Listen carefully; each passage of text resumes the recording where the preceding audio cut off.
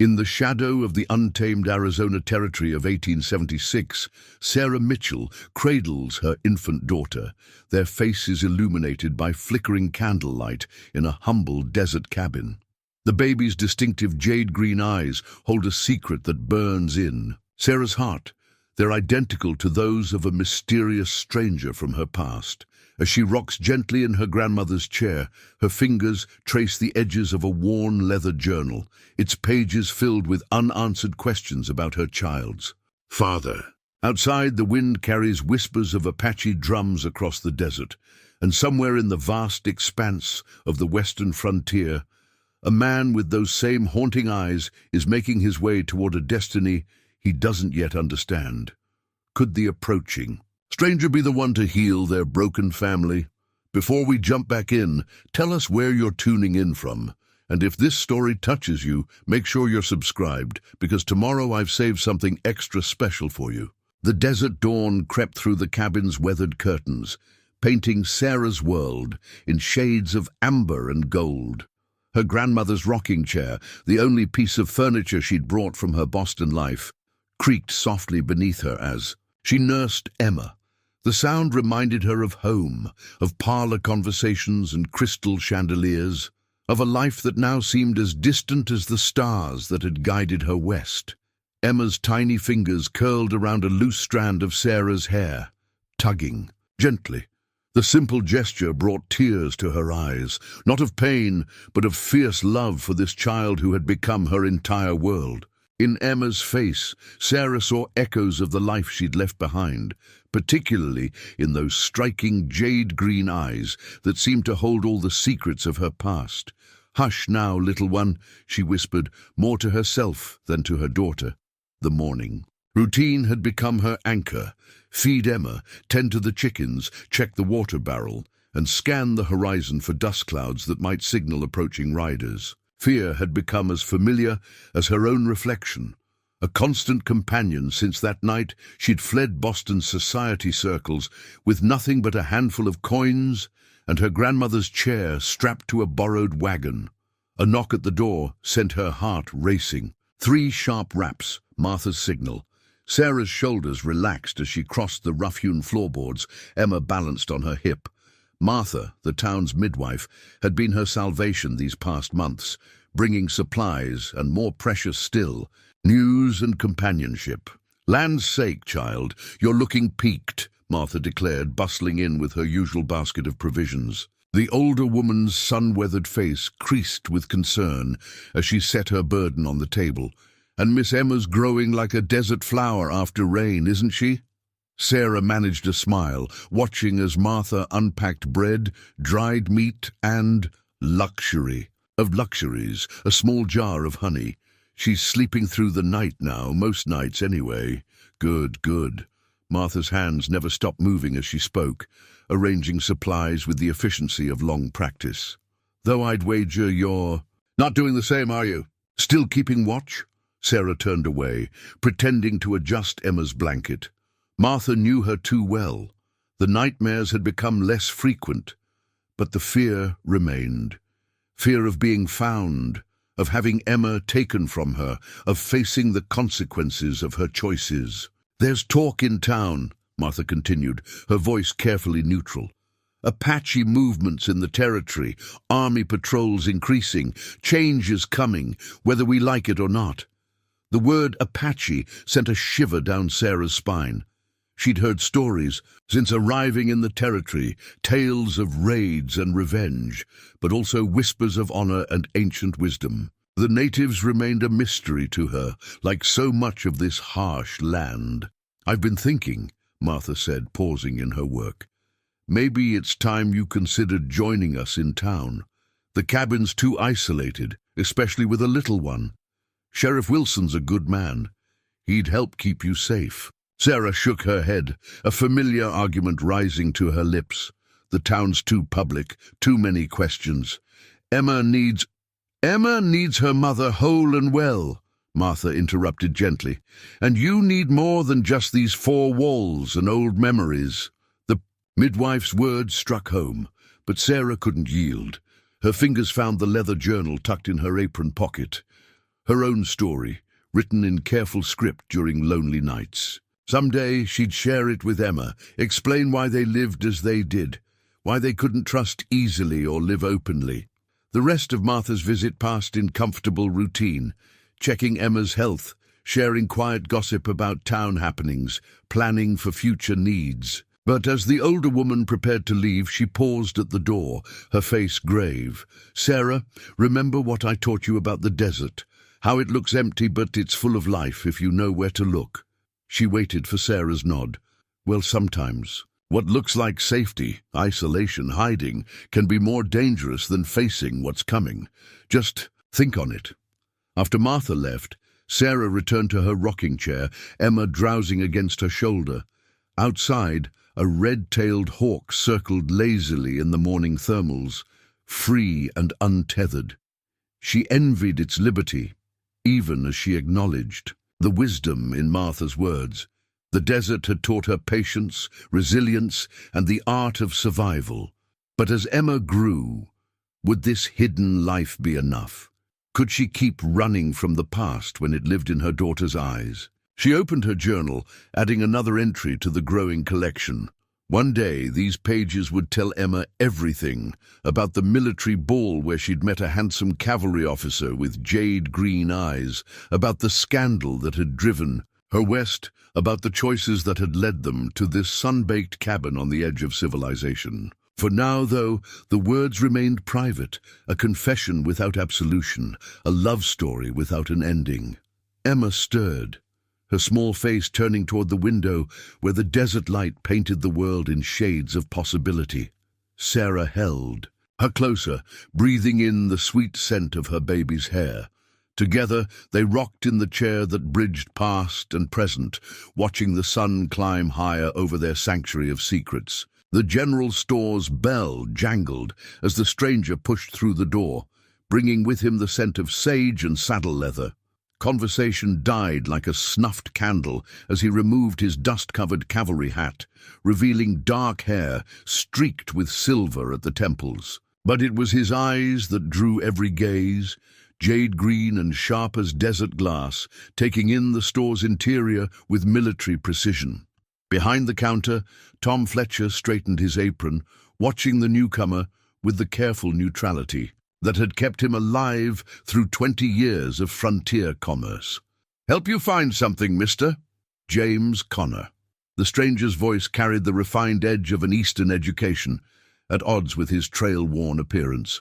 "Looking for information, more than goods." He placed his hat on the counter, and Tom noted the cavalry insignia, tarnished but still visible. Outside, Martha was crossing the street toward the store, Emma bundled in her arms. She'd insisted on taking the baby for the afternoon, giving Sarah a few precious hours of uninterrupted rest. The sight of the strange horse tied outside made her pause, maternal instinct prickling. Inside, Connor was speaking again, his words measured and deliberate. "I'm tracking missing persons, Boston society folk who might have passed through here in the last year or so." He withdrew a folded paper from his vest. "Families offering a reward for information." The store's other patrons drifted closer, drawn by the mention of reward money.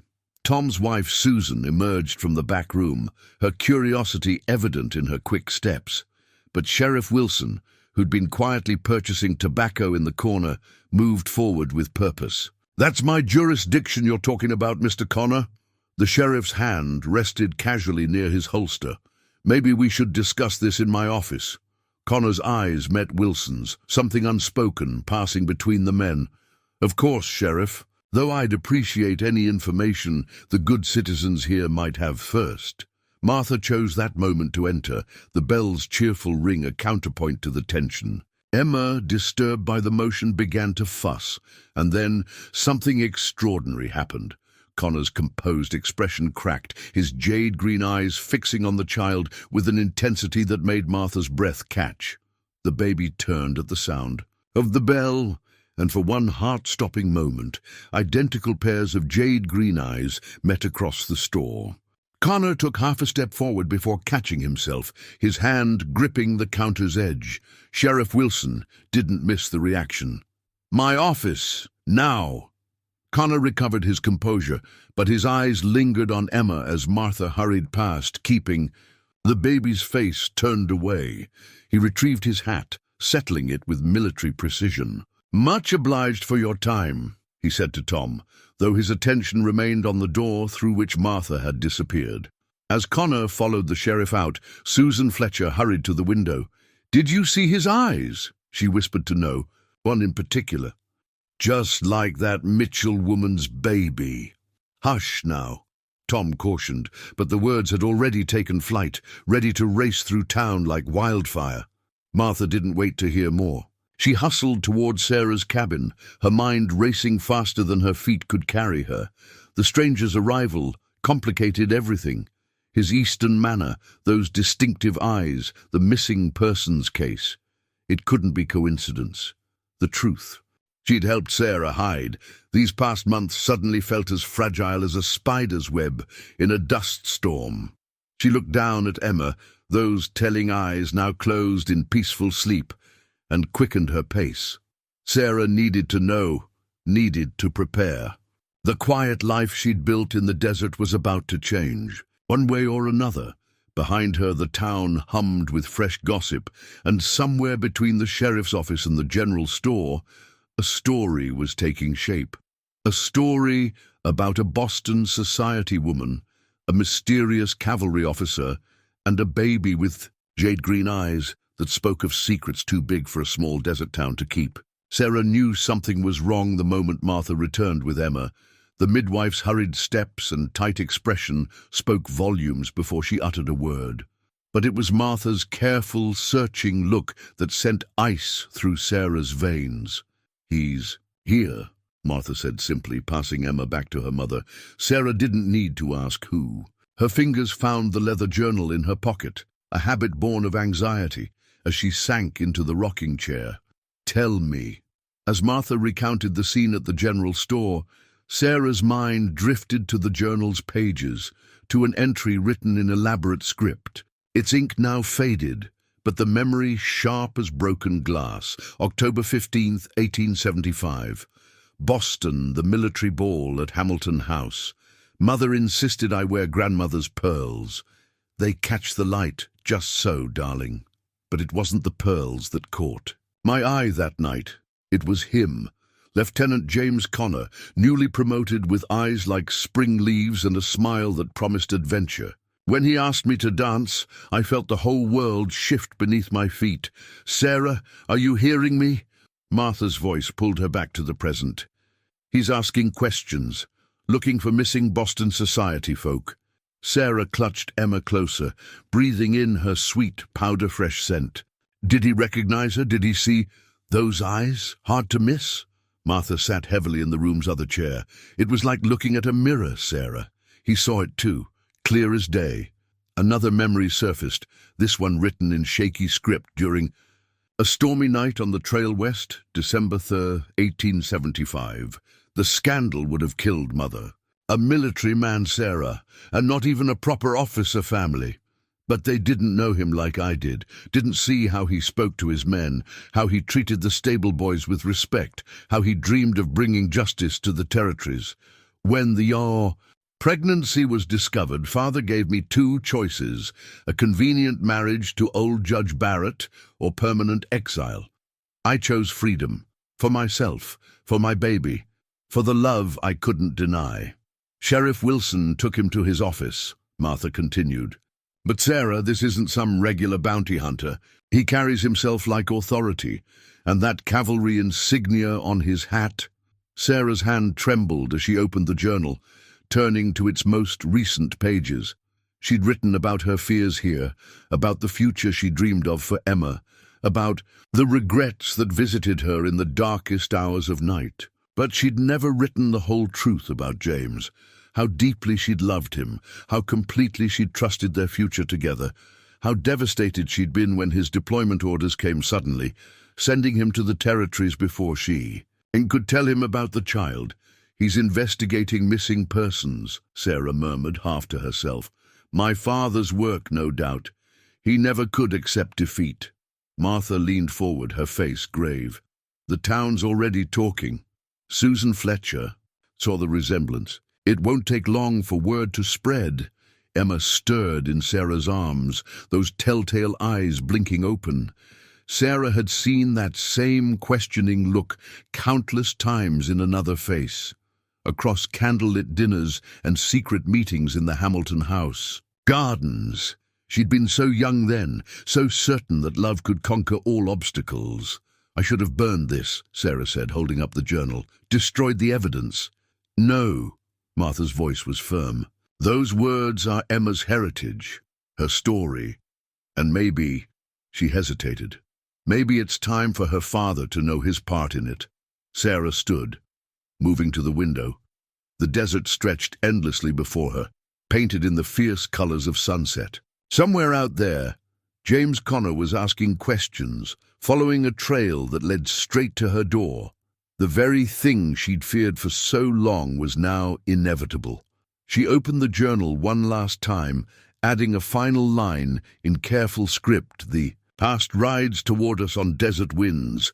What was hidden will soon be revealed. May God grant us the strength for what comes next. Martha, she said quietly, I need you to deliver a message. That night, Emma's fever took them all by surprise. One moment the child was sleeping peacefully. The next, she burned like desert sand at noon. Sarah pressed cool cloths to her daughter's forehead, whispering desperate prayers into the darkness, while Martha rode for the doctor, but it was someone else who answered their prayers. The soft tap at the back door made Sarah freeze. It wasn't Martha's familiar knock, nor the heavy-handed authority of the law. Instead, it was gentle, deliberate, like rain on dry earth. Sarah Mitchell. The voice was female, accented and somehow familiar. Your child needs medicine. Sarah peered through the window to find a figure wrapped in a dark blanket, her face weathered by sun and time. Around her neck hung a beaded medicine pouch that caught the moonlight. Sarah had seen her before at the edge of town, trading healing herbs with Martha. Running deer, the woman said simply. Martha sent me. The choice wasn't really a choice at all. Emma's small body trembled with fever, and Sarah had run out of options. She opened the door. Running deer moved with quiet efficiency, her experienced hands gentle as she examined Emma. From her medicine pouch, she produced herbs that smelled of sage and something sweeter, unfamiliar. Your child has the summer fever, she explained, mixing the herbs with water. Many children suffer when the dry winds come. As she worked, she spoke softly in a mixture of English and Apache, her words carrying the weight of ancient wisdom. The fever is like a dust storm. It must pass through before the air can clear. She held the medicine to Emma's lips. But we can shelter her from the worst of it. Sarah watched, hope warring with fear in her heart. Why are you helping us? Running Deer's dark eyes held Sarah's gaze. Because Martha trusts you. Because your child is innocent of the troubles between our peoples, and because I see in you what I once was, a mother alone, fighting to protect her young. As the medicine took effect, Emma's breathing eased. Running Deer produced a small pouch like her own, this one decorated with carefully sewn beadwork. Keep these herbs close. They will guard against future fevers. The gift represented more than medicine. It was an offering of trust, a bridge between worlds. Sarah's fingers traced the intricate beadwork. I don't know how to thank you. Learn. Our ways, Running Deer replied. Understand that not all enemies are those who look different. Sometimes the greatest danger wears a familiar face.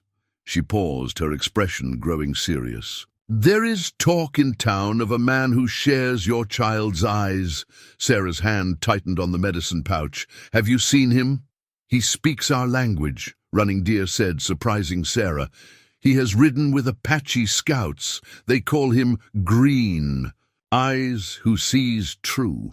He is known to be fair in his dealings with our people. The revelation struck Sarah like a physical blow. The James she'd known in Boston had spoken of working with native tribes, of building understanding between peoples. To hear that he'd actually done it, had earned the respect of the Apache, it made her heart ache with remembered pride. The winds are changing, Running Deer continued, gathering her blanket. More soldiers come to the territory, more fences, more rules. Soon my people must choose, fight or move to the reservations.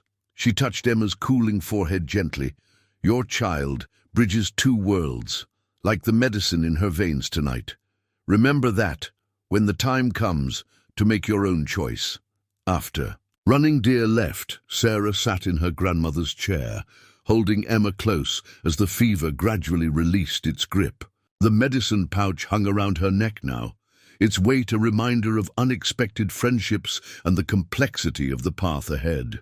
Outside, coyotes called to each other across the vast desert night.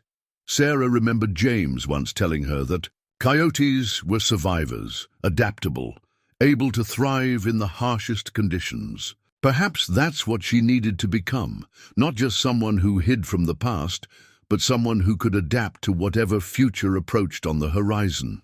Emma sighed in her sleep, her face peaceful now. Sarah touched the medicine pouch, then reached for her journal. Tonight's entry would be different, not a record of what she'd lost, but a testament to what she'd found here in the desert: strength, wisdom, and allies who transcended the boundaries of race and culture. The military commission papers lay on Sheriff Wilson's desk, like a hand of cards dealt face up. James Connor, now Captain Connor, traced his fingers over the official seal, aware of the sheriff's scrutiny from across the room.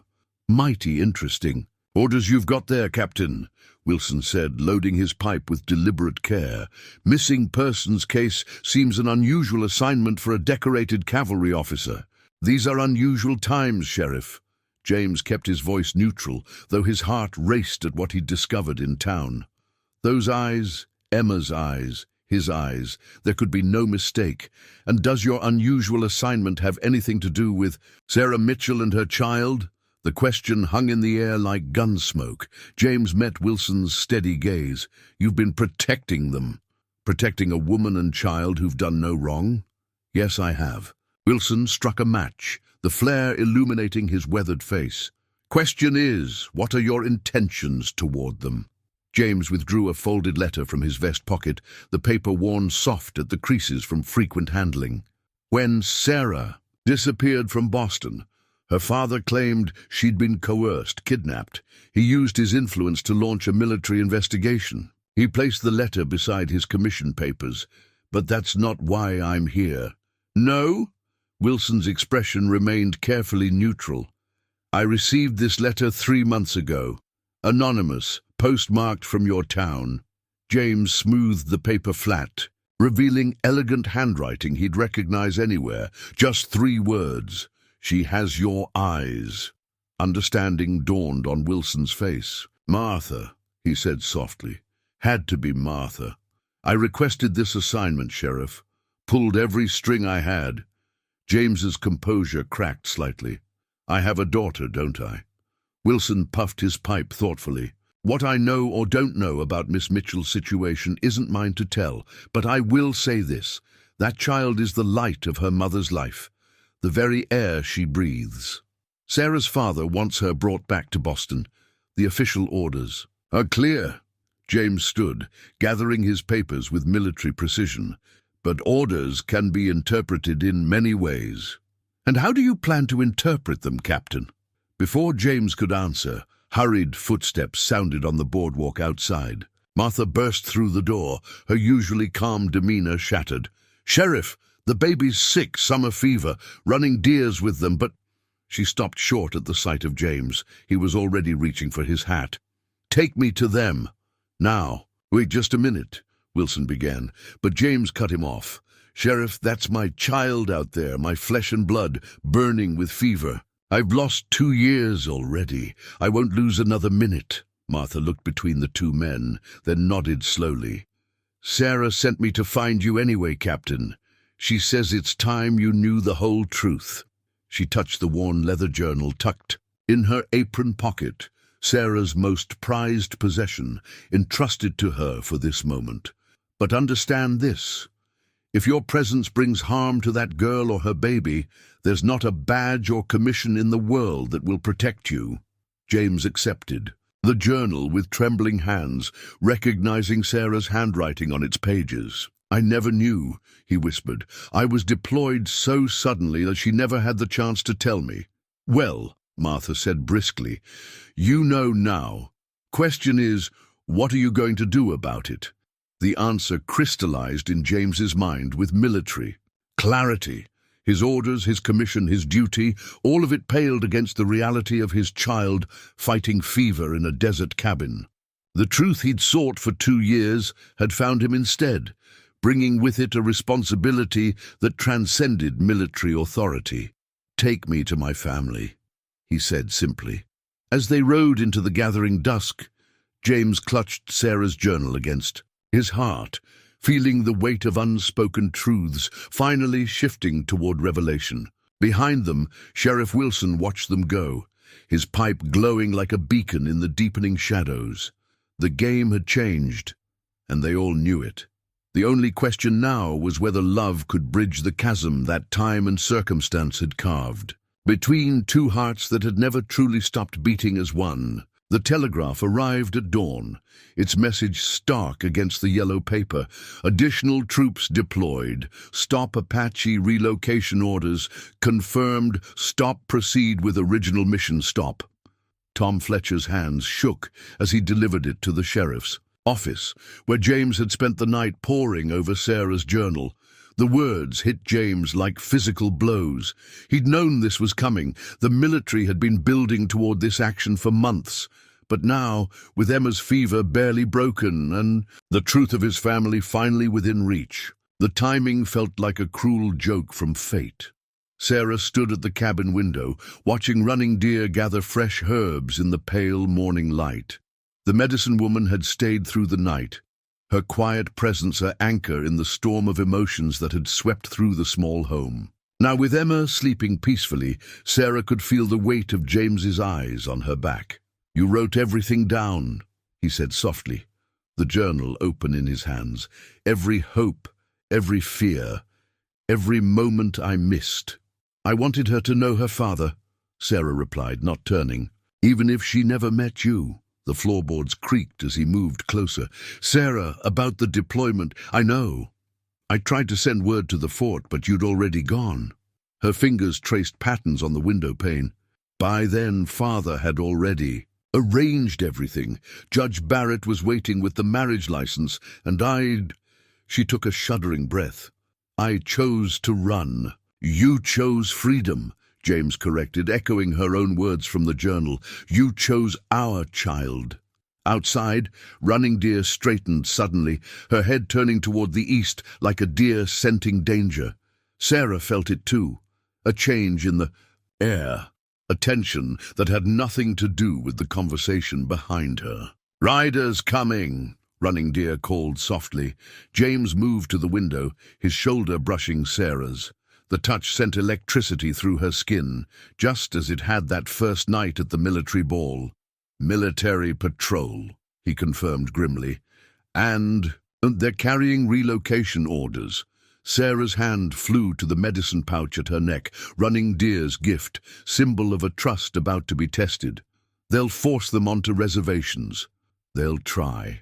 James's voice held a complexity of emotion that made her finally turn to face him. The morning light caught his jade-green eyes, so like Emma's, filled with the same battle between duty and conscience she remembered from their Boston days. Captain Connor. The call came from outside, formal and demanding. James's hand found hers, warm and calloused. Sarah, listen carefully. What I do next will be what you believe is right, she finished. It always was, with you. He smiled then, the expression transforming his face into the one she'd fallen in love with years ago. They've learned a few things from the Apache about seeing clearly through dust storms. Trust me? Before she could answer, Emma stirred in her crib, whimpering. Running Deer was already moving, her medicines ready. But it was James who reached their daughter first. Sarah watched as his large hands gently lifted Emma, as natural as if he'd been doing it since her birth. "Sir," the voice outside held growing impatience, "we have orders." "Yes," James said softly, cradling Emma close. "We all have orders. The question is which ones we choose to follow." He turned to Running Deer. "Tell your people, the storm is here." The medicine woman nodded once sharply and slipped out the back door like a shadow. Sarah felt the weight of the moment pressing down, years of hiding and running crystallizing into this single point of decision. "James," she whispered. "Whatever. You're planning. I'm planning to protect my family," he said firmly. "All of my family, including those who've watched over you when I couldn't." He pressed a kiss to Emma's forehead, then handed her back to Sarah. "Keep our daughter safe. I need to send a message of my own." As he strode out to meet the patrol, Sarah held Emma close, breathing in her sweet, fever-free scent. Through the window, she watched James Connor, decorated captain, her long-lost love, newly discovered father, square his shoulders and prepare to challenge the very authority he'd served so faithfully. The storm was gathering indeed, but for the first time since she'd fled Boston, Sarah felt not just the terror of its approach, but also the wild, desperate hope of weathering it together. Sarah's fingers trembled as she opened the silver locket, her mother's final gift before the scandal broke. Inside, two miniature portraits faced each other across a golden hinge. Her parents in their prime, painted with delicate strokes that captured her father's stern dignity and her mother's gentle smile. She'd kept it hidden all these months, a reminder of everything she'd left behind. Now, watching James confront the patrol through the cabin window, she wondered if her father had ever faced such a moment of choice between duty and heart. "Captain Connor," Lieutenant Hayes was saying, his young face puzzled. "These orders come directly from command. The Apache must be moved to the reservation immediately." James stood with parade ground precision, his voice carrying clearly in the morning air. "I'm aware of the orders, Lieutenant. I'm also aware that Running Deer's band has been peaceful, trading fairly with the town and providing medical aid to settlers. Sir, with respect, that's not relevant to our mission. Everything is relevant when you're asking men to uproot families." James's words carried the weight of experience. "These are not hostile raiders we're discussing, but women, children, elders." Sarah saw the conflict in the younger officer's face. Behind him, the patrol shifted uneasily in their saddles, several nodding almost imperceptibly at James's words. They'd all seen enough of territory politics to know the difference between justice and orders. Inside the cabin, Martha appeared at Sarah's elbow. "Town meeting's been called," she murmured. "Sheriff Wilson wants everyone to hear both sides." Sarah clutched the locket tighter. "Both sides? Martha, there aren't two sides to forcing people from their homes." "No," Martha agreed, "but there are two sides to every story, and it's time the town heard yours." She produced a folded paper from her apron, a letter in familiar handwriting. "This came with the military dispatch. From your father." Sarah's heart stuttered. She opened the letter with shaking hands. "My dearest daughter, pride has kept me from writing these words sooner. Your mother's death last winter changed everything. Her final request was that I find you, that I make amends. The world is changing, Sarah. The frontier you fled to is vanishing. Come home, bring my grandchild. The past can be forgiven if we only have the courage to face it. With love, Father." "Sarah." James's voice made her look up. He stood in the doorway, now his expression grave. "They've given us 24 hours to comply with the relocation orders. Or they'll bring in additional troops to enforce compliance." He crossed to her, his eyes falling on the open locket. "Is that them? Your parents?" She nodded, unable to speak. James studied the miniatures, his face softening. "You have your mother's eyes, though our daughter seems to have inherited mine. The simple acknowledgement of Emma as their daughter broke something loose in Sarah's chest. She showed him the letter. "He wants us to come home." James read it quickly, his jaw tightening. "And Running Deer's people, where is their home to be?" The question hung in the air as Emma began to stir in her crib. Sarah lifted her, breathing in the sweet baby scent that still carried traces of Running Deer's healing herbs. The medicine pouch hung nearby, a reminder of debts that couldn't be repaid with mere gratitude. "The town meeting," Martha prompted gently. "They need to hear from both of you." Sarah looked at James, seeing in his face the same struggle she felt, between what was easy and what was right, between the pull of the past and the demands of the present. She touched the locket, then deliberately closed it, letting the portraits fall hidden once more. "Then let's make sure they hear the truth," she said. "All of it." James's smile held pride and something deeper. "Together?" "Together." Sarah squared her shoulders, feeling strength flow from the simple word. "Martha, would you watch Emma and—" She hesitated, then pressed the locket into the older woman's hands. "Keep this safe. The past has its place, but right now we need to focus on the future." As they walked toward town, Sarah felt the weight of multiple loyalties pulling at her heart, to her parents and her past, to Running Deer and the debt she owed, to the town that had sheltered her, and to the man beside her who was choosing his own path through divided loyalties. But strongest of all was her loyalty to the truth she'd written in her journal, the truth about love and courage, about choosing what was right over what was easy. The town hall waited ahead, its windows bright with morning sun. Inside, settlers and shopkeepers, ranchers and traders would gather to decide the fate of their neighbors. Sarah lifted her chin, ready at last to stand in the light of truth, no matter the cost. Some loyalties, she had learned, were worth any price. The town hall buzzed with tension as James stood before the gathered crowd, his cavalry orders heavy in his hands. Sarah sat in the front row beside Martha, who held Emma close.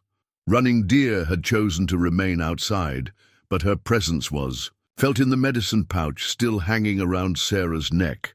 "As an officer of the United States Cavalry," James began, his voice carrying to the rafters, "I am bound by orders to oversee the relocation of all Apache tribes in this territory to the designated reservation lands." He paused, scanning the faces before him.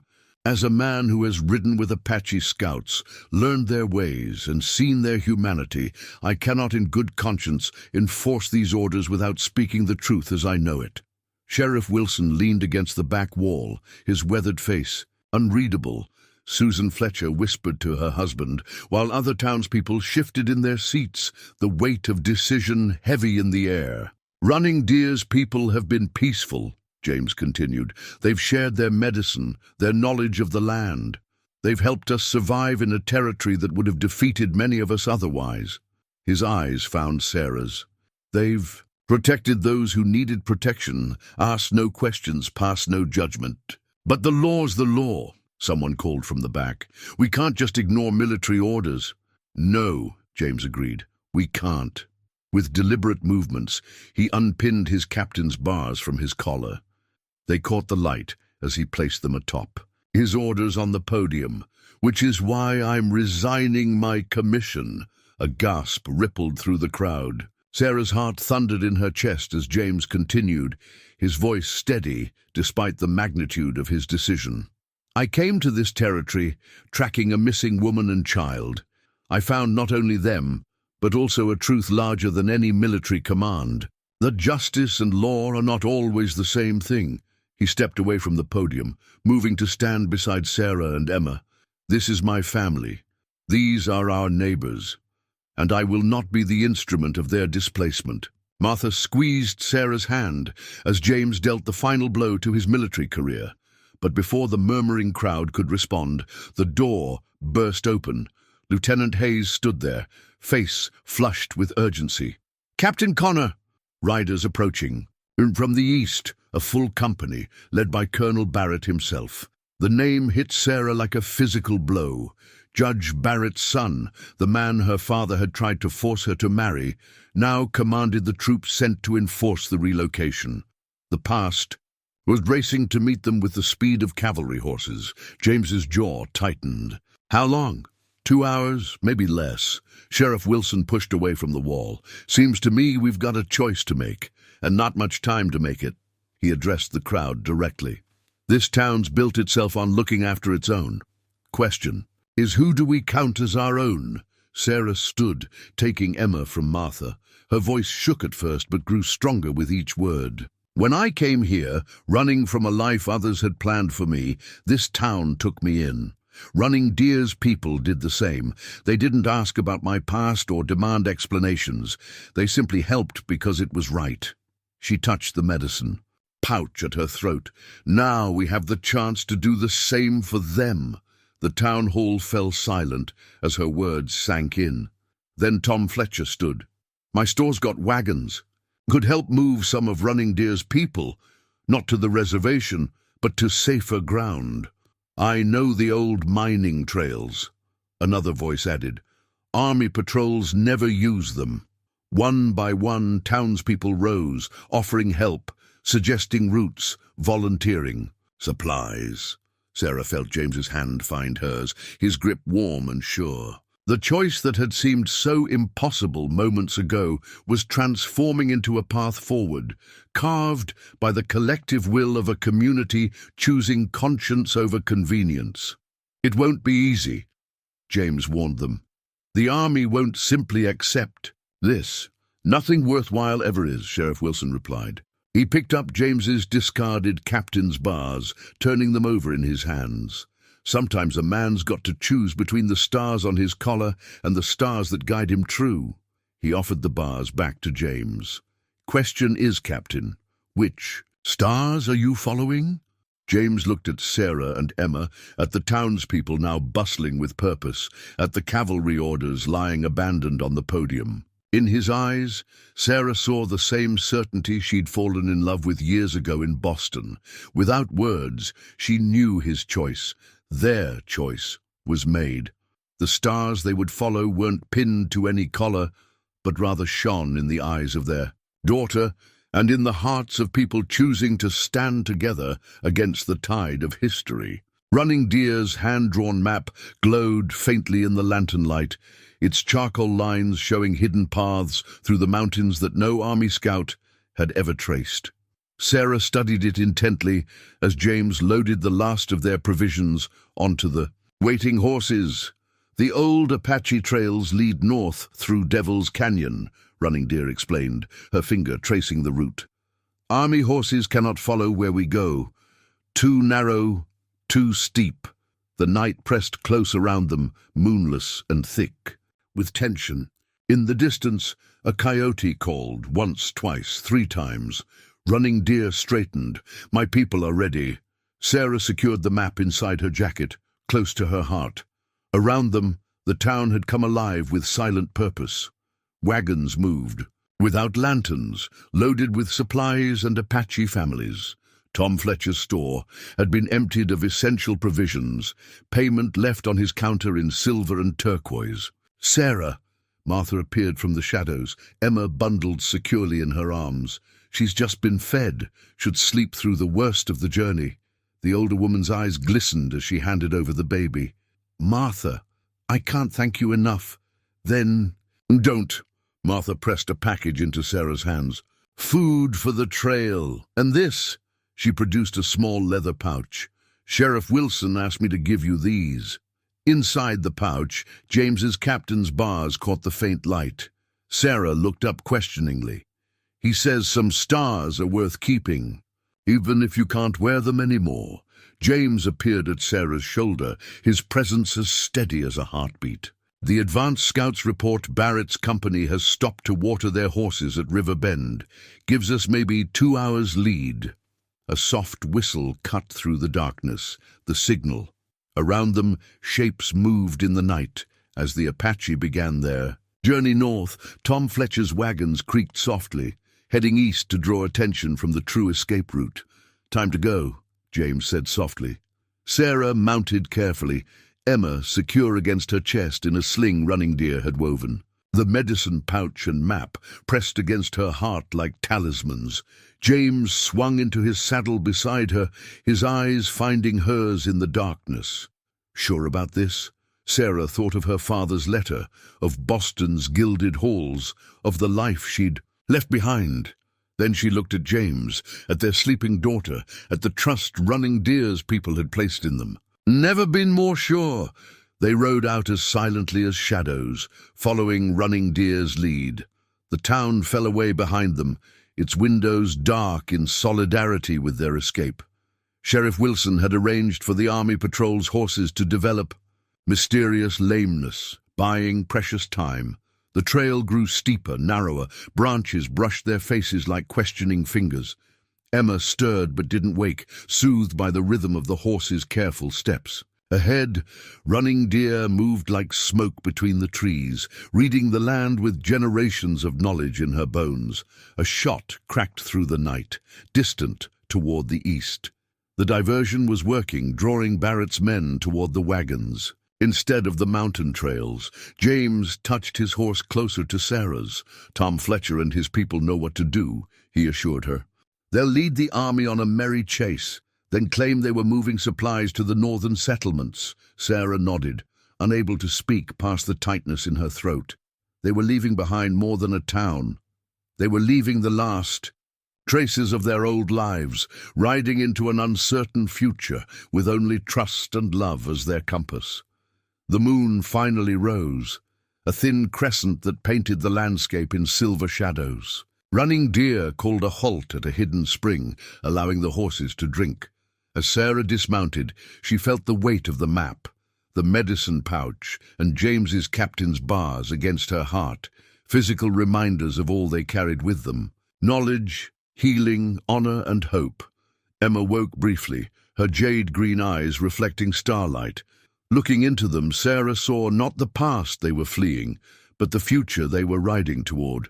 A future where love chose its own trail, and where the stars that guided them shone from the hearts of those brave enough to choose justice over convenience. The journey ahead was long and dangerous, but they weren't riding alone. They carried, with them, the trust of a town, the wisdom of an ancient people, and the strength of a love that had refused to be denied. In the darkness of their flight, these things shone brighter than any star. Dawn broke over the mountain camp in layers of purple and gold, catching on the edges of a finely woven blanket that an elderly Apache woman was wrapping around Sarah's shoulders. The cloth was thick with symbols, zigzag patterns representing the mountain paths that had led them to safety, arrows pointing north toward hope, and circles within circles speaking of family and unity. For the one who chose truth over comfort, the woman said in halting English, touching the blanket's intricate patterns. Running Deer says you understand this choice.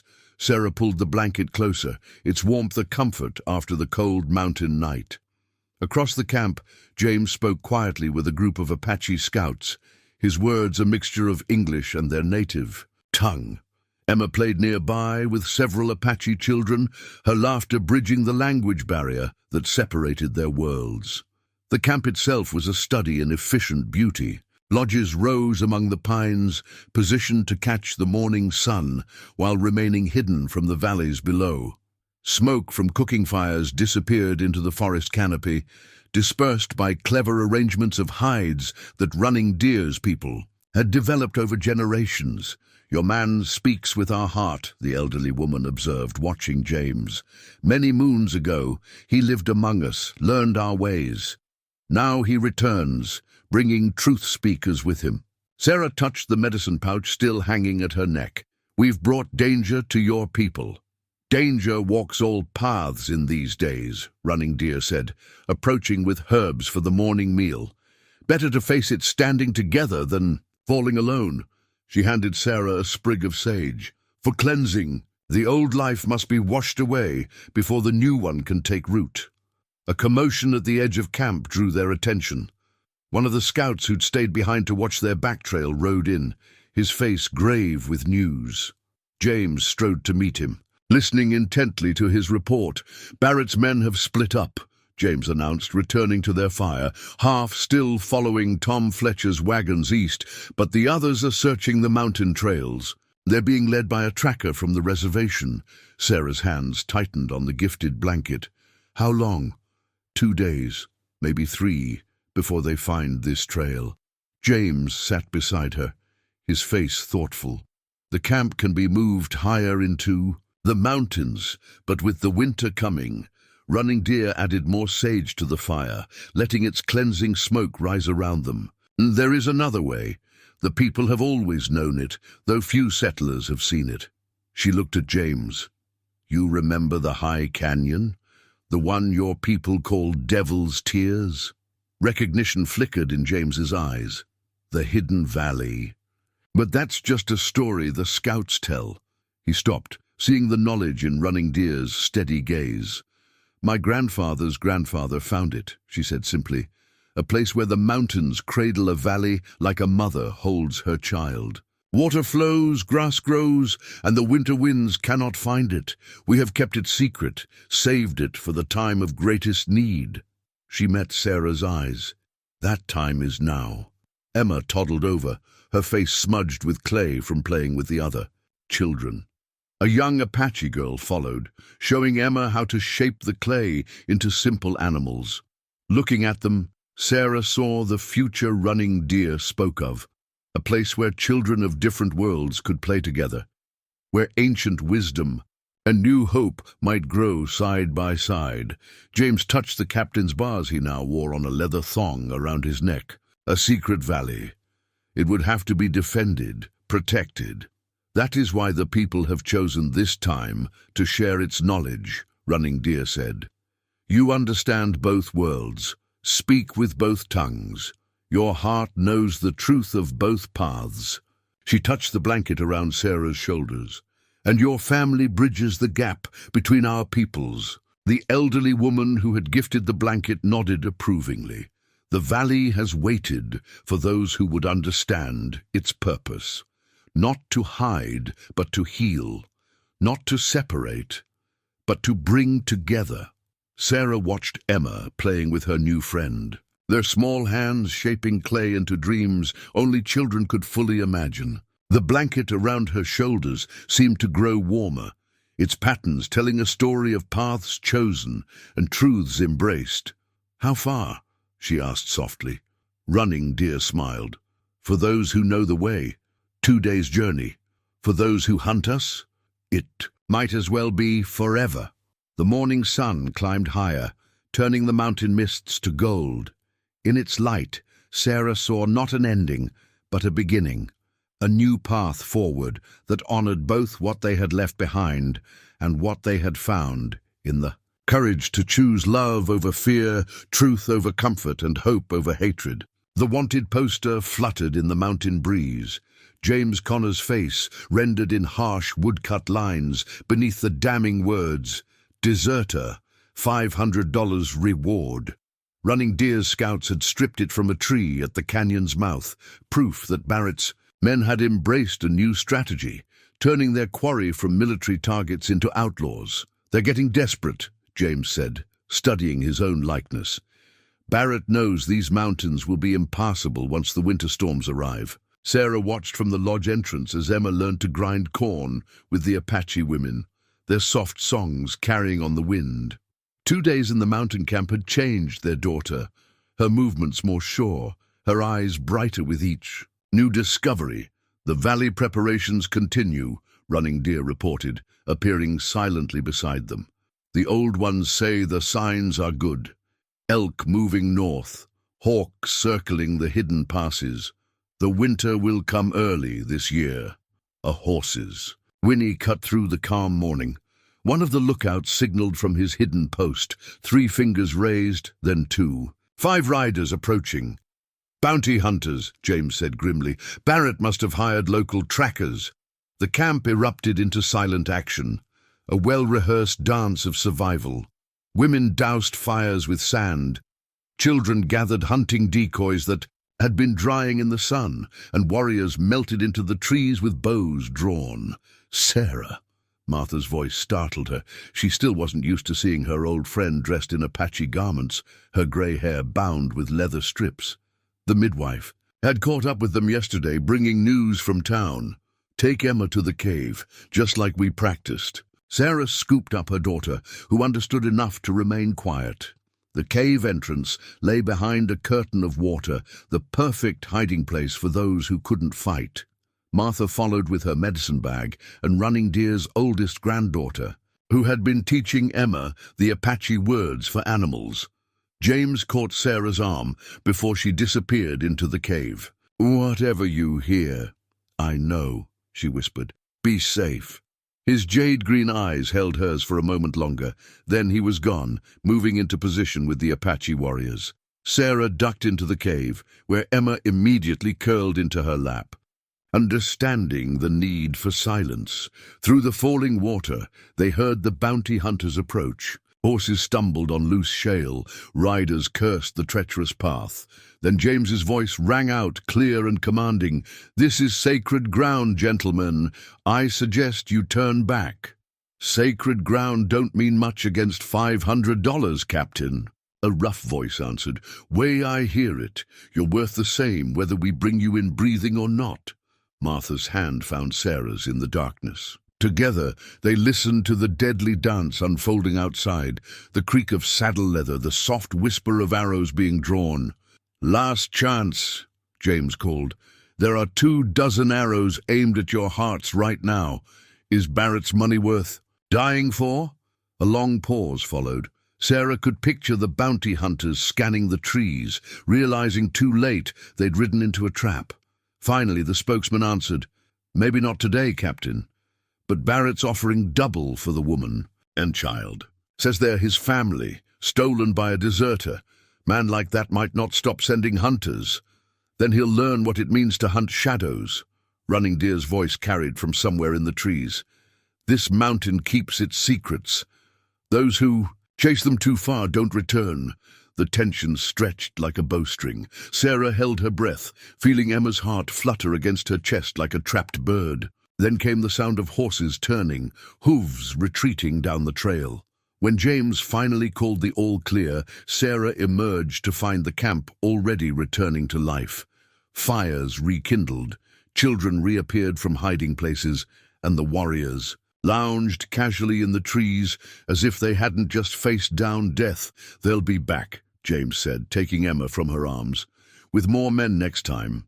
"Then we'll be gone," Running Deer declared. "The valley awaits, 2 more days of preparation. Then we leave no trail for them to follow." Sarah touched the wanted poster, still clutched in James's hand. The face staring back at her wasn't the one she knew. It lacked the kindness in his eyes, the strength in his smile. Barrett's men were chasing a ghost, while the real James Connor stood beside her, their daughter in his arms, choosing a future that no bounty could buy. "Martha," she called softly, "would you help me prepare more healing packets? Something tells me we'll need them where we're going." As she worked with the midwife, binding herbs into travel-ready portions, Sarah watched the Apache women teaching Emma their songs. The wanted poster had named James a deserter, but Sarah saw the truth. He hadn't deserted his duty. He'd finally embraced it fully. Their duty now lay not in following orders, but in protecting this fragile bridge between worlds, this chance to build something new from the ashes of what they'd left behind. The peace pipe lay between them, its sacred symbols catching the firelight as Colonel Harrison surveyed the gathering. He sat cross-legged beside the council fire, his military bearing softened by decades of frontier experience. James had chosen him as negotiator specifically because of his reputation for fairness with the tribes. "Captain Connor," Harrison began, his weathered face grave, 15 years I've served with you. Never known you to act without reason." He gestured to the peace pipe. "So before we talk of charges or consequences, help me understand." Running Deer sat to Harrison's left, her presence lending authority to the council. Sarah remained standing, behind James, Emma sleeping peacefully in a cradleboard made by the Apache women. The entire camp had gathered to witness this meeting, though only the chosen representatives would speak. "Sir," James replied, "what would you have done? Barrett's trying to force these people onto reservation land that can't sustain them, separating families who've lived here for generations, and all to claim their hunting grounds for his cattle interests." Harrison's eyes flickered to Sarah and Emma. "And the personal matter became clear when I saw my daughter's eyes." James's voice carried across the hushed gathering. Sarah fled a forced marriage to Barrett's son, a match arranged to cover up the truth about Emma's parentage. Barrett's using military authority for a private vendetta. Running Deer lifted the peace pipe, speaking in carefully chosen English. "Colonel Harrison, you know our people. Have we not kept peace these many seasons? Have we not shared our medicine, our knowledge of these lands?" "You have," Harrison acknowledged, "which is why I'm here instead of Barrett. But orders are orders, Running Deer. The reservation system is being implemented across all territories." "And if we showed you another way?" James leaned forward. "A solution that honors both the letter and the spirit of those orders?" Sarah touched the medicine pouch at her neck, drawing strength from its presence. "Colonel, when Running Deer's people saved my baby's life, they asked nothing in return. They didn't see a Boston socialite or a fugitive. They saw a mother in need. Surely there's room in your orders for that kind of wisdom." Harrison studied her thoughtfully. "Barrett's influence reaches far. He's convinced Washington that his son has legal claim to both you and the child, and his concerned citizen routine about Connor turning renegade has sympathetic ears in the capital." "Then let me show you something," Running Deer said, rising smoothly. "Something that may change how you see these mountains." She led them to a high point overlooking the hidden trail to the valley. The afternoon sun painted the peaks in shades of gold and shadow, revealing a landscape few white men had ever truly seen. "Our ancestors knew of a place," she explained, "where the mountains themselves keep watch. A valley deep enough to shelter, rich enough to sustain. The army seeks to put us on reservation land that cannot feed our children. But this place," she gestured to the distant peaks, "this place could be our reservation, one we choose freely." Harrison's military mask slipped, revealing genuine wonder at the vista before him. "A hidden valley?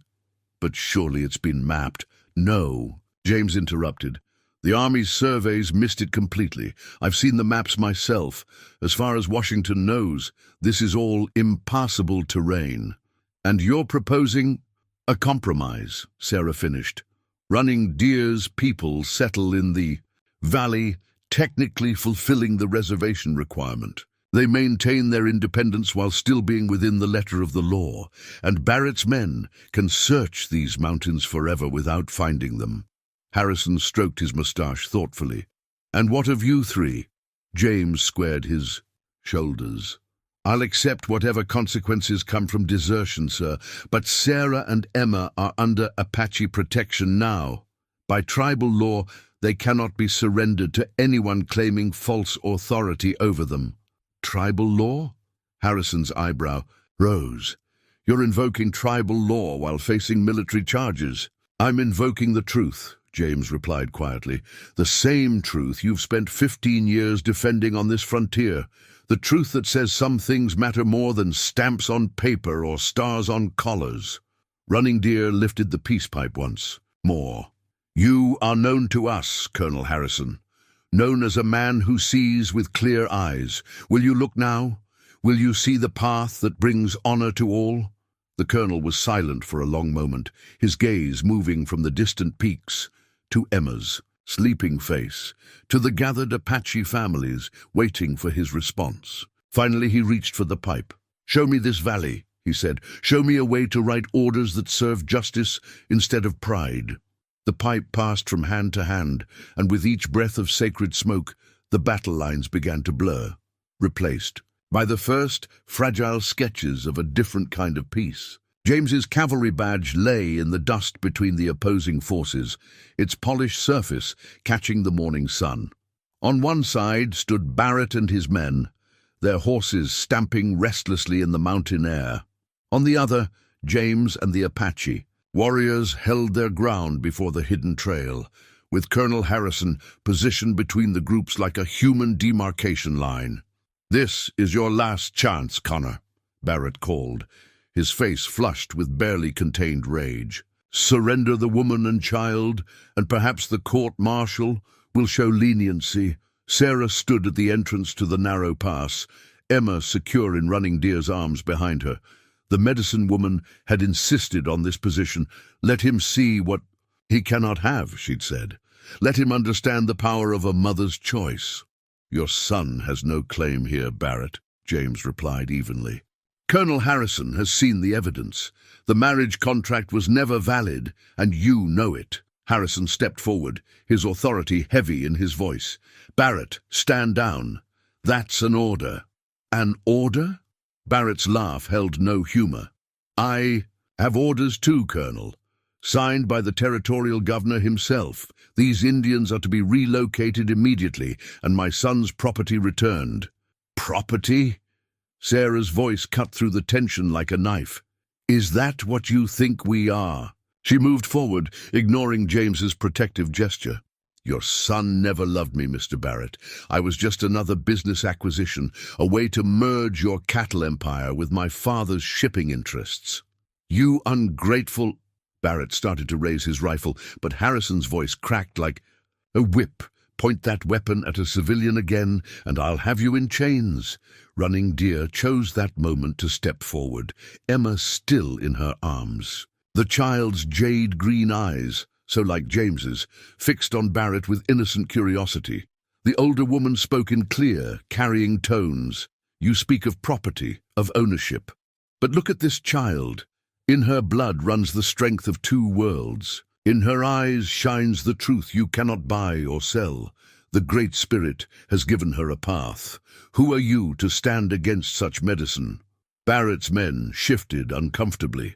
They were frontier soldiers, many of whom had been helped by Apache medicine. Guided by Apache scouts, the sight of Running Deer holding Emma, the blending of worlds she represented, spoke to something deeper than orders or ambition. "My father sends his regards," Sarah added quietly, withdrawing a letter from her dress. "He arrived in town yesterday. Seems Mother's dying wish wasn't just about finding me." She held up the paper. "It was about exposing your attempts to manipulate her illness for financial gain." The color drained from Barrett's face. Behind him, his son, who had remained suspiciously quiet, suddenly spurred his horse forward. "Father, we have to—" "Silence!" Barrett roared, but the damage was done. His careful facade of righteous authority cracked, revealing the desperate scheming beneath. James moved to Sarah's side, his voice carrying to all present. "Colonel Harrison has approved Running Deer's proposal. The valley becomes a legal reservation, undisturbed by outside interests. My resignation from the cavalry is accepted without court-martial."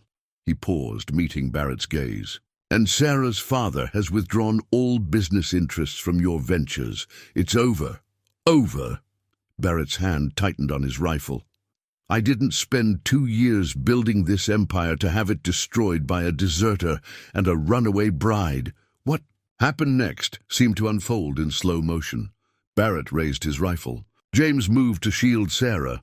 Running Deer whispered something in Apache that made the air itself seem to hold its breath. And Emma laughed.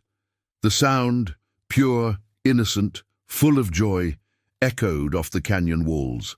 Barrett's finger froze on the trigger. Every face turned toward the child, who was reaching out toward a butterfly that had landed on Running Deer's medicine pouch.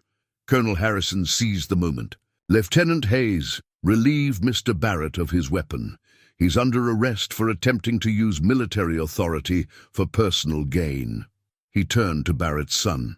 "Unless you'd like to join your father in the territorial prison, I suggest you ride back to town. Now." As Harrison's men moved to carry out his orders, Sarah felt James's arms encircle her and Emma, who Running Deer had quietly transferred to her mother's embrace. The Apache warriors melted back into the rocks, The crisis passed. Behind them, the hidden trail to the valley waited, promising a future that none of them could have imagined in their separate pasts. "Seems your mother's last wish brought healing to more than just your family," James murmured. Sarah watched Barrett being led away, his empire of schemes collapsing like a house of cards. "Some medicine," she replied, touching Running Deer's pouch, "works in mysterious ways." The treaty document bore 3 signatures: Colonel Harrison's precise military hand, Running Deer's mark of flowing water, and James's bold strokes. Sarah traced the edges of the paper, still hardly believing what it represented. The Hidden Valley was now officially recognized as Apache territory, a reservation in name only, its location marked on army maps with deliberately vague boundaries. "Your father's influence helped," James said, watching her from the lodge entrance. "His testimony about Barrett's schemes convinced the territorial governor to accept our proposal." Sarah set the treaty carefully aside, moving to join him in the doorway. Below their elevated position, the valley spread out like a dream made real. Apache families were already settling in, their lodges rising among the trees, while children played in the meadow grass. "Did you ever imagine this?" she asked softly. "That night at the military ball when we first danced?" James chuckled, pulling her close. "I imagined a lot of things, but I never imagined our daughter would be learning Apache medicine songs before her English nursery rhymes." As if on cue, Emma's voice carried up from below, where she sat with Running Deer and several other children. The ancient healing chant sounded strange but perfect in her childish soprano, mixing with the other young voices in a blend of cultures that felt like hope. "Sarah?" a familiar voice called from the path. Martha appeared, accompanied by Sarah's father, who still looked somewhat out of place in his Eastern clothes, despite 2 weeks in the territory. "The last of Barrett's men rode out this morning," her father reported, accepting Sarah's embrace. "His cattle interests have been dissolved, and his son—" He hesitated, then smiled slightly. "Well, let's just say he's decided ranching in Texas might be a safer venture." Sarah studied her father's face, seeing the changes these weeks had wrought. Grief over her mother's death had softened his pride, and something about the valley's peace had begun to smooth the hard edges of his Boston manner. "The town send word?" James asked Martha. The midwife nodded, her face bright with news. "Sheriff Wilson's organized a regular trade route. Running Deer's medicines are in high demand, and the settlers are eager to learn from her people." She patted the bag at her hip. "I've got 6 new apprentices myself, learning both Western and Apache healing ways." Running Deer approached, Emma riding on her shoulders. "The winter comes soon," she announced, "but the valley will shelter us well. The signs are good. Deer moving closer, berries heavy on the vines. The Great Spirit shows favor to this new path." Sarah's father cleared his throat. "About that path, I've been thinking my shipping business. It could help establish regular trade, not just with the town, but with other territories. Fair prices, honest dealings." He looked at Running Deer, almost shyly. "If your people are interested, of course." The medicine woman's eyes crinkled with amusement. "The proud Boston merchant learns new ways. Good. Trade built on respect builds more than wealth. It builds understanding." A commotion at the valley's entrance drew their attention. Colonel Harrison rode in, accompanied by Sheriff Wilson and Tom Fletcher's supply wagon. But it was the second wagon that made Sarah's heart leap. She recognized the driver's gray hair and gentle smile. "Grandmother?" The elderly woman was already climbing down, her movements spry despite her years.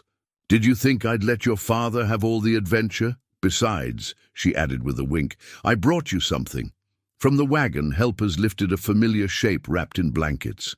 Sarah's eyes filled with tears as the rocking chair, her anchor through so many storms, was carried toward their lodge. "A proper home needs a proper place to tell stories," her grandmother declared, "and it seems to me there are many stories here worth telling." As if to prove her point, several Apache children gathered around the chair as it was unwrapped, their eyes wide with curiosity. Running Deer spoke quietly to them in their language, and soon they were giggling at the chair's gentle motion. "Stories," James mused, watching Emma show her new friends how to make the chair rock. "Seems we're writing a new one." Sarah leaned against him, feeling the weight of the treaty in her pocket, seeing the future unfold in the valley before them. Their own path of redemption had led them here, but it was only the beginning. Around them, two worlds were learning to move as one, guided by love, understanding, and the courage to choose a different way. "The best stories," she said softly, "are the ones we write together." The land deed lay unfolded on the rough-hewn table, its official seals testament to a new kind of ownership. Not just Apache territory, not just reservation land, but something unprecedented. A shared trust, held jointly by the tribe and the settlers who had chosen to make the valley their home. "First of its kind," Sheriff Wilson said proudly, watching as Running Deer added her mark beside the other signatures. "A legal framework for two peoples to live as one community." The sheriff had relocated to the valley himself, establishing a small office that served more as a meeting place than a jail. The valley hadn't seen a single violent crime in the 3 months since its founding. James studied the deed thoughtfully. "Barrett's arrest opened more doors than we expected. The territorial governor seems eager to prove his commitment to fair dealings with the tribes. Eager to distance himself from scandal, more like," Sarah's father commented dryly. He had postponed his return to Boston indefinitely, his business interests now focused on establishing ethical trade routes throughout the territory. The change suited him. His face had lost its pinched city look, and he spent hours learning Apache customs from the tribal elders. Sarah watched the scene from her favorite spot near the lodge window. The valley had transformed with the early winter. Snow dusted the higher peaks, but down here, sheltered by the mountain walls, life flourished. Apache lodges stood alongside small cabins, while shared communal spaces hosted daily exchanges of knowledge, goods, and friendship. Martha had established a healing center where she worked alongside Running Deer, combining Western medicine with traditional Apache remedies. Their success rate had drawn attention from other territories, and a steady stream of patients made the journey to the valley, spreading word of its unique harmony. "Mama! Mama!" Emma's voice carried across the clearing. She rode on Tom Fletcher's shoulders, her face alight with excitement. "Look what dancing Brook taught me." She held up a small piece of beadwork, its pattern simple but clear, a child's first attempt at the intricate art. "Beautiful little one," Sarah called back, her heart full. Emma had become a bridge between cultures in her own right, equally at home in both worlds. She spoke Apache as easily as English, and her games with the other children had evolved into a mysterious hybrid of both traditions. James appeared at her side, his arms sliding around her waist. "Running Deer says there's more snow coming.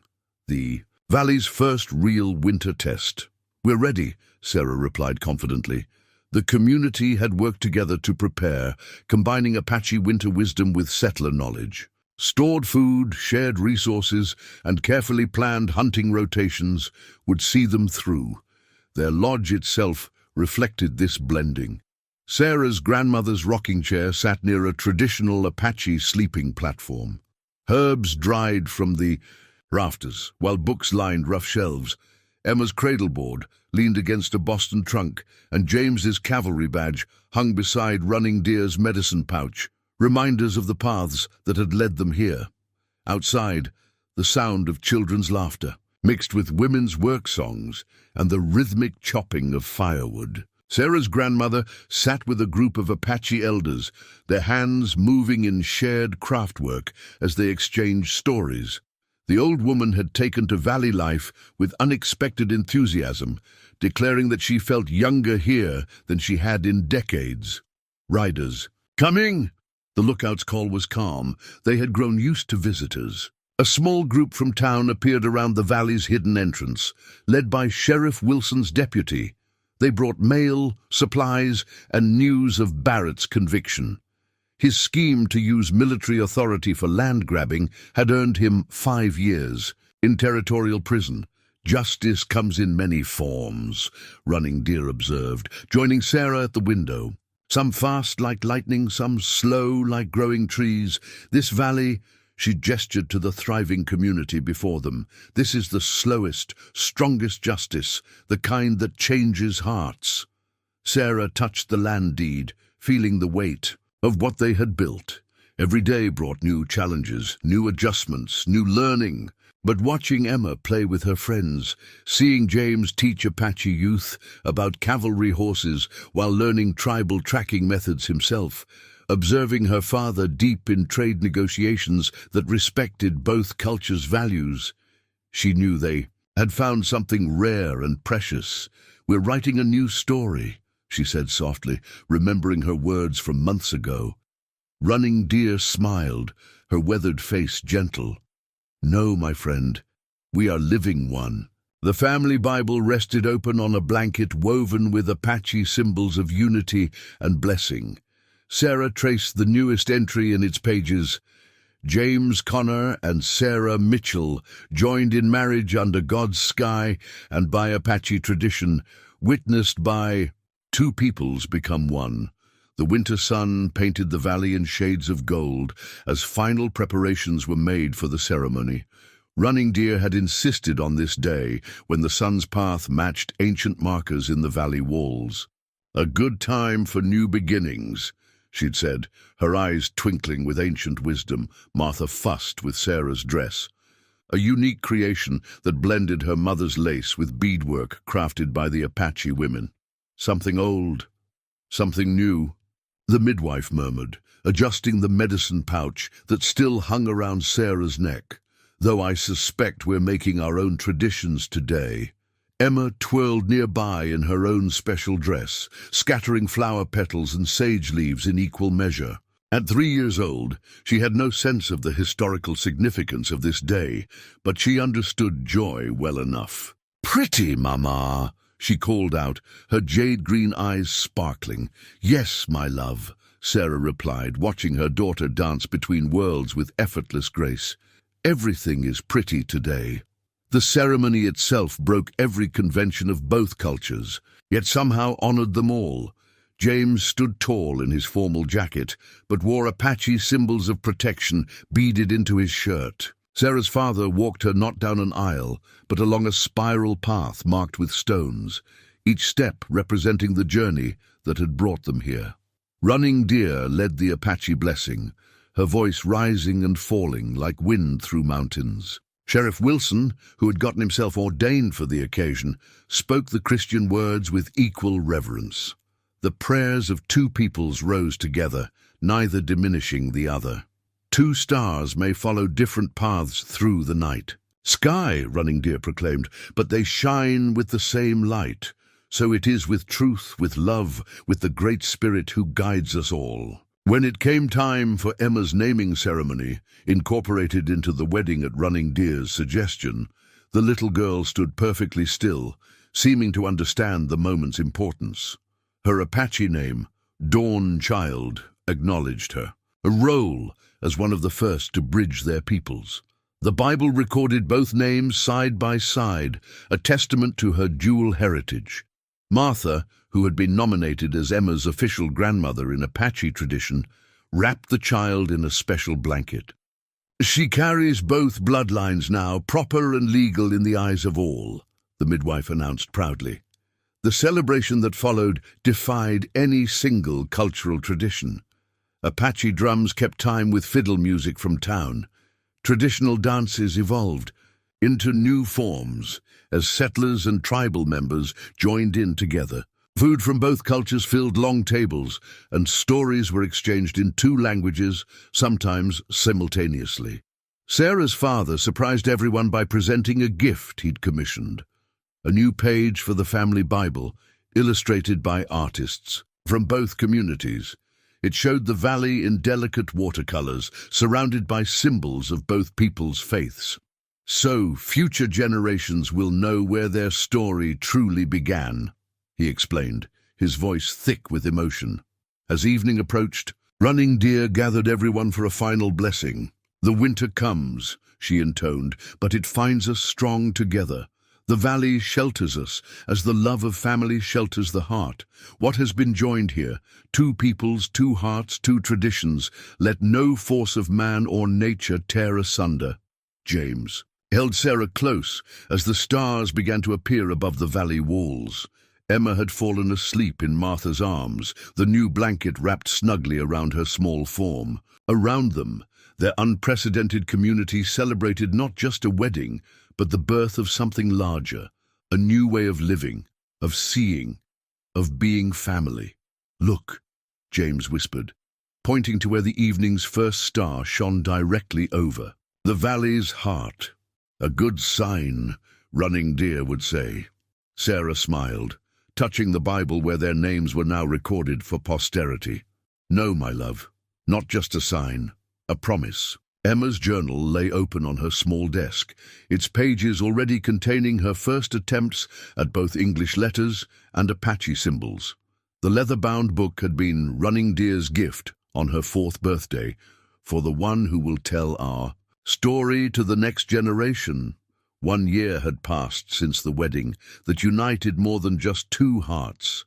The valley had flourished through its first full cycle of seasons, proving Running Deer's wisdom in choosing this sheltered place. New lodges and cabins dotted the landscape, while gardens flourished with both native plants and settler crops growing side by side. Sarah watched her daughter practicing her writing, jade-green eyes focused intently on the task. The morning sun streamed through windows that faced both east and west, James's idea to honor both traditions of tracking time and light. "She has her father's determination," Martha observed, pausing in her preparation of medicines. The midwife's workroom had become a teaching space, where both cultures' healing traditions were preserved and shared. Outside, James's voice carried up from the training ground where he worked with young men from both communities, teaching a unique combination of cavalry horsemanship and Apache riding techniques. Their daughter's name occasionally rang out as riders passed. "Dawn, child," they called, using her Apache name with the easy familiarity of true family. Sarah's father had returned briefly to Boston, only to come back with more Eastern families interested in their experiment in cooperation. The valley's success had begun to draw attention from other territories, where tensions between settlers and tribes remained high. Running Deer now regularly hosted visitors from other Apache bands, sharing their model of preserved independence within the letter of reservation law. "Mama, look!" Emma held up her journal proudly. On the page, she had drawn her family with remarkable clarity for her age. The figures wore a mixture of Western and Apache clothing, and around them she had carefully copied Running Deer's symbols for protection and love. Sarah gathered her daughter close, breathing in the sage sweet scent of her hair.